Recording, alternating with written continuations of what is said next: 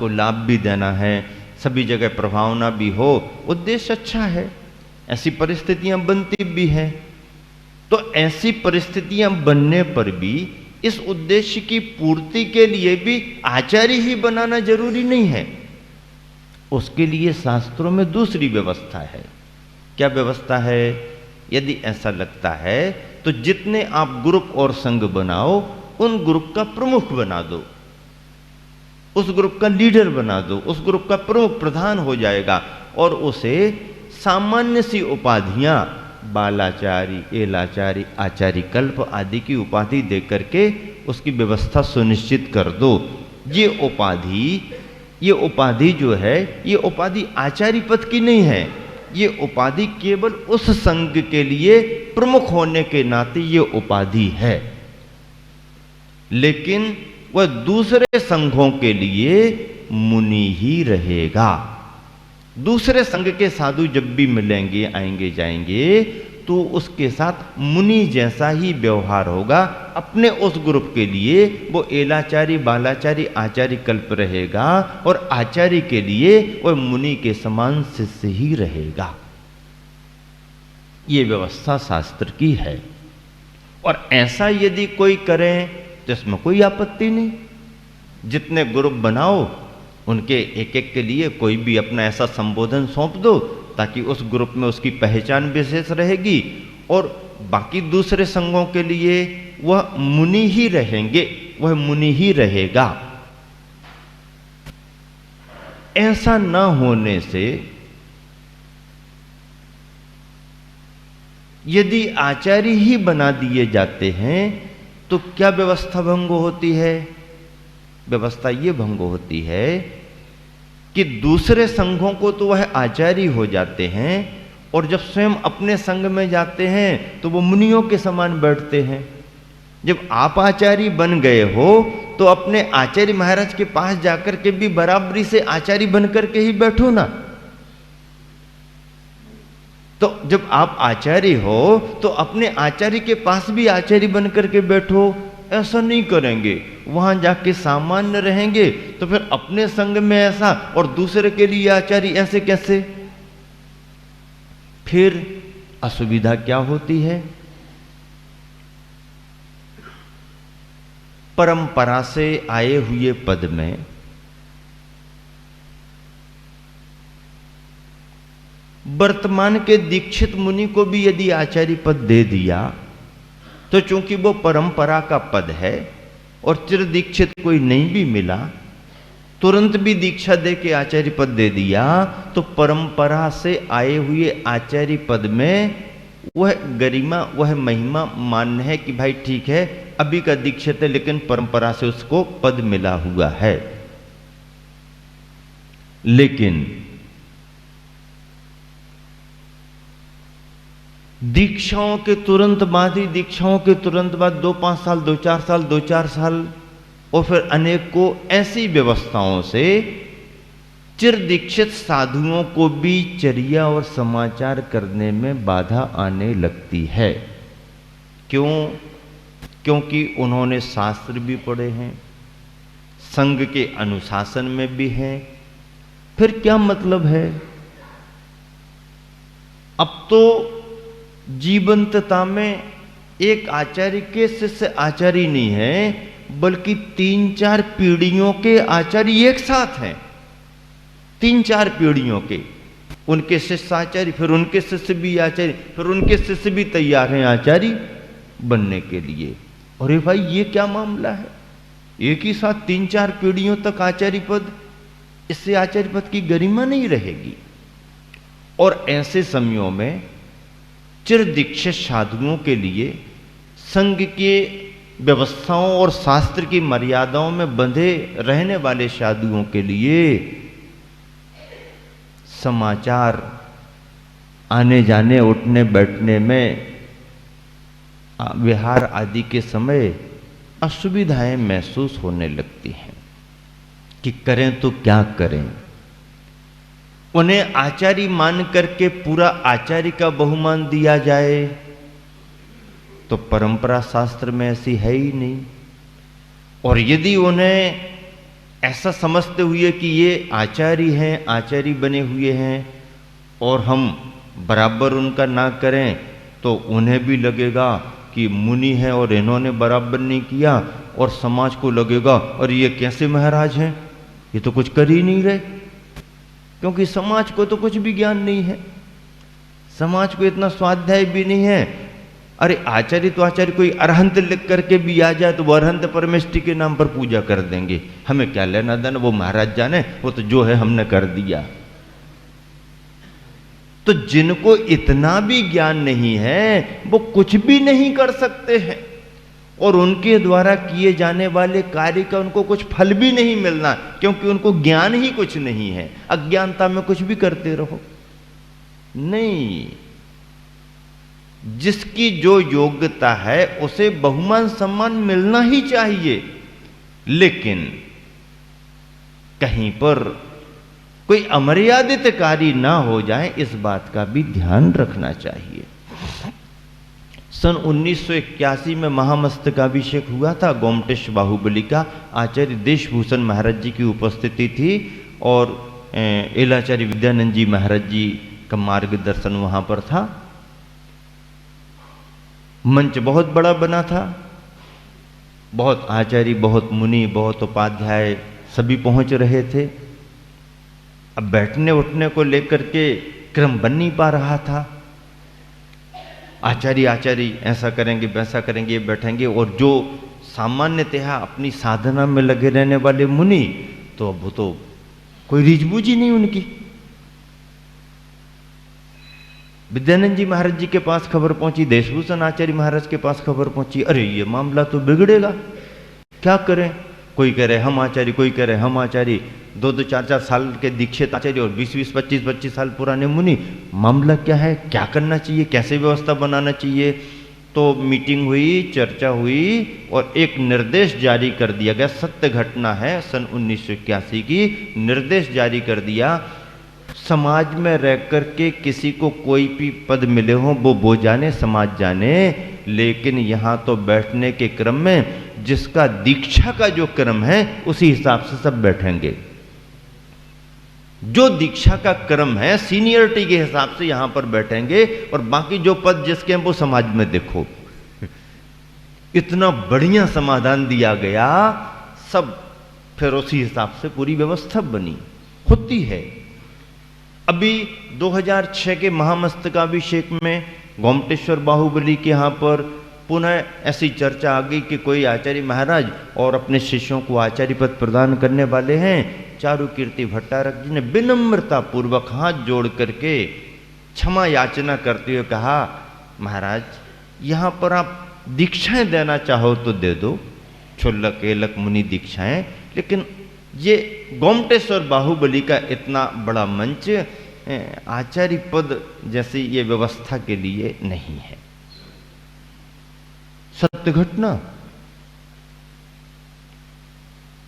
इन प्रकार ने बात आई, लेकिन विनय पूर्वक, विनय तो करना ही पड़ती है, विनय पूर्वक, शालीनता पूर्वक, नहीं महाराज ये काम यहां नहीं, इस मंच से नहीं जमेगा।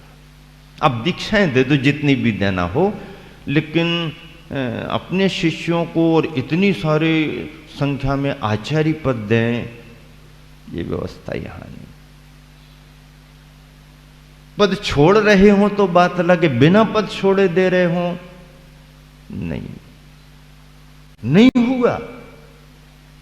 फिर बाद में कहीं और जाकर के हुआ तो कोई बात नहीं, लेकिन नहीं हुआ।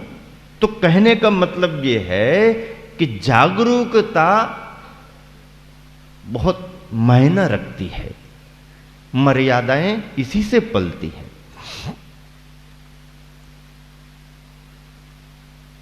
बहुत सारी चर्चाएं लोग करने लगते हैं। आचार्य महाराज वहां से आ रहे थे, वो मुनि महाराज जी थे, वो मिले ही नहीं। मिलने का भाव तो सबसे होता है, क्योंकि आखिर रत्नात्रयधारी मुनि मुद्रा तो है ही। दिगंबर मुद्रा से नहीं मिलेंगे तो किससे मिलेंगे?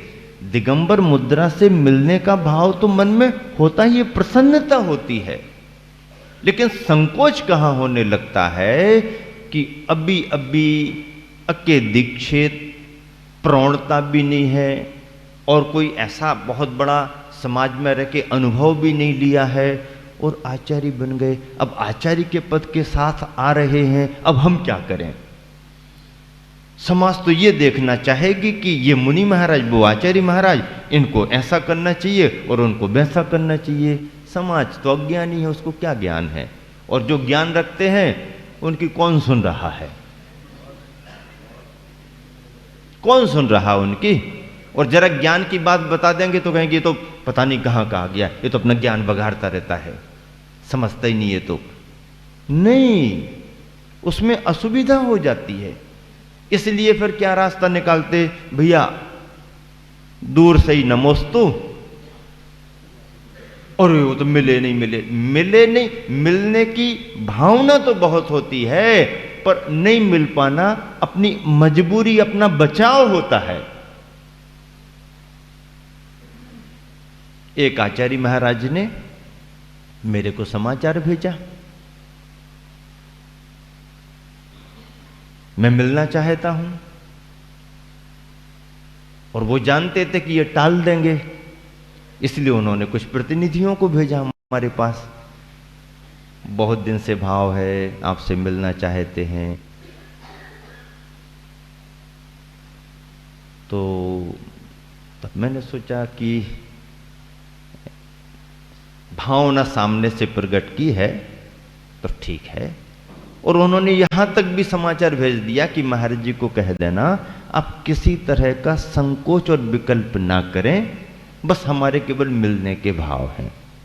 हमने कहा भाई इतनी सरलता से समाचार भेजा है, हमने भी तुरंत कहा कि आइए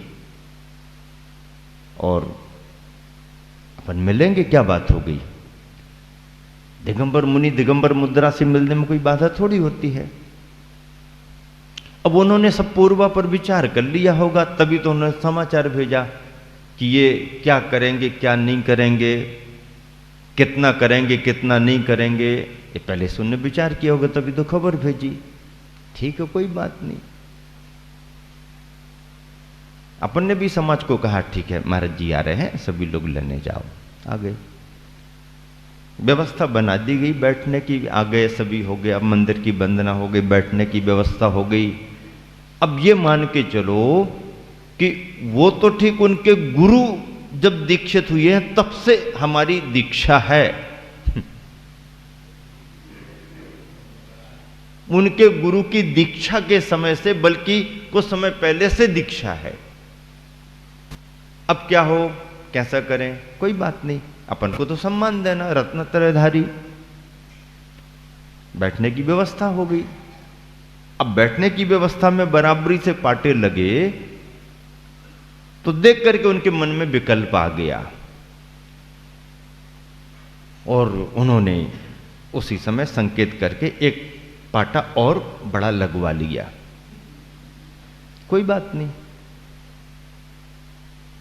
ख्याल में तो बात आ गई, कोई बात नहीं, चलो ठीक है, समाज है, चलो। थोड़ी देर बैठे तो मैं बैठा, लेकिन उन्होंने एक मोबाइल वाले को इशारा किया, मतलब फोटो निकालो। तो जैसे मैंने धीरे से देखा, मैं खड़ा हो गया। नमस्ते महाराज, बस आप प्रवचन करो, मैं जाता हूं। अरे अरे क्यों, क्या बात हो गई? नहीं बस हो गया। क्यों, क्या बात है? बैठो बैठो बैठो बैठो। आपने समाचार भेजा था कि कोई विकल्प नहीं करना, तो ये विकल्प आपने क्यों किया? जो उचित रही व्यवस्था वो बनी। अब आपको यदि ये लगता है कि भाई हम बड़े और आचार्य और ऐसा और हमारा वैसा हो ना, तो अपना हो गया मिलन, अब आप सभा को संबोधित करो, हम जाते हैं।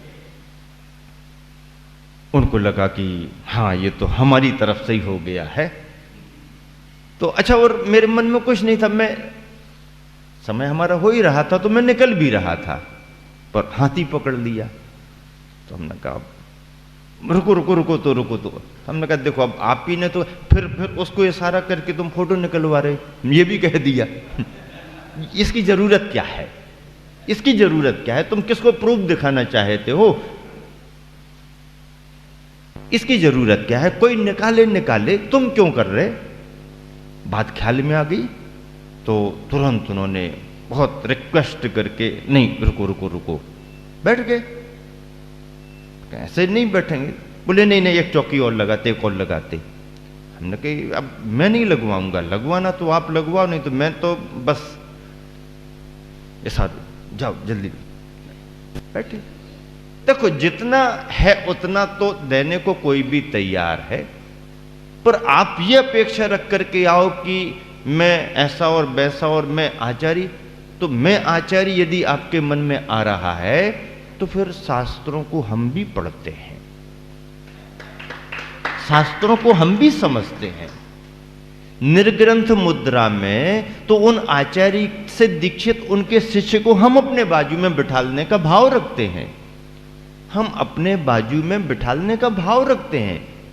उनके खुद शिष्य के शिष्य भी यदि कोई मुनि, चौथी पीढ़ी के भी कोई मुनि आ जाएं, तो उन चौथी पीढ़ी के मुनि को भी हम अपनी बराबरी से अपने पाटे पर बिठालने का भाव रखते, क्योंकि निर्ग्रंथ मुनि मुद्रा है, रत्नत्रय है, तो हम उनको अपने साथ बिठाए। लेकिन कोई आचार्य आकर के कहें कि फिर हम यहां सिंहासन लगा के बैठते, तो भैया दूर से ही नमोस्तु, हमारा रास्ता अपना दूर का ही है। प्रेम बना रहे, वात्सल्य बना रहे, विकल्प किसी को ना आए। हमारी प्रशांत रूपाय दिगंबराय देवादि देवाय नमो जनाय, सबके लिए वंदना। ऐसे कटु अनुभव समाज में होते हैं। स्थिति संभले संभले, मान लो नहीं संभले स्थिति, कोई इसी भाव में आ जाए कि नहीं व्यवस्था यही होगी, इसलिए बचने का भाव रखते हैं। और मिलने का भाव तो रहता है, पर मजबूरियां रहती हैं और व्यवस्थाएं बिगड़ती हैं, इसलिए दूर से अपना कर लिया और हो गया। चिर दीक्षित बड़े बड़े साधुओं के सामने समस्याएं आती हैं, इसीलिए यह सभी दूर से ही अपने करके, और जिन शासन की प्रभाव न करने का होता है। समय आपका हो गया है, इसलिए विराम देना चाहता हूं। आचार्य पद की गरिमा निरंतर बनी रहे। हमारे गुरुवर्ग ने और बड़े बड़े आचार्यों ने, आचार्य शांति सागर जी, वीर सागर, शिव सागर, धर्म सागर, आचार्य देशभूषण जी जैसे महान महान आचार्यों ने इस पद की गरिमा को रखा है। आज हम जैसे मुनि उनका नामोच्चारण करके सुबह शाम उनकी वंदना करते हैं, उन्हें नमस्कार करते हैं और ये भाव निभाते हैं। ऐसे महान महान आचार्यों ने आचार्य परंपरा को अक्षुण्ण बनाए रखा है, और हम जैसे साधुओं के लिए ऐसे आचार्यों के संरक्षण में धर्म ध्यान करने का अवसर मिल रहा है। शेष विशेष आने वाले दिनों में वार्ता करेंगे। इसी शुभ भावना से विराम देता हूँ। महावीर हो।